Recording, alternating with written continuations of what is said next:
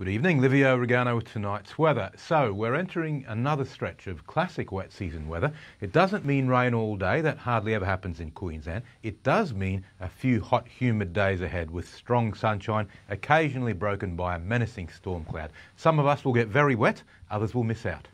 Today's top temp in Mackay was 30 degrees, no big deal for a December day in the tropics, but last night's minimum of 23 might have been a little rich without aircon.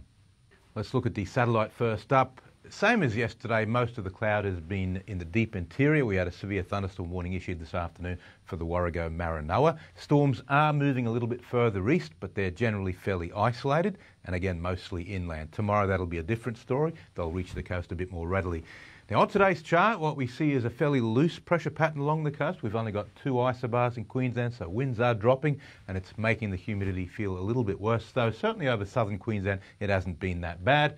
There's the inland trough that's spawning the storms over the Warrego Maranoa, and the upper level winds are carrying them a little bit further east. On tomorrow's chart, it doesn't look a great deal different, but the upper level trough is slightly stronger and in better alignment, and the higher level winds coming from the west have a better chance of carrying the inland storms towards the coast, so everyone will be threatened tomorrow. Then on the outlook chart, this is probably our rainiest day when the trough moves right into eastern Queensland and the whole eastern seaboard and adjacent ranges have a better chance of getting storms.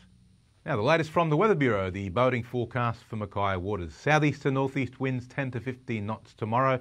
Then on Thursday, Friday, it's north to northeast 10 to 15. Tomorrow's high tide's due around the middle of the day, and it's a really big tide despite being 4 days after the new moon. These summer king tides are certainly slow to ease.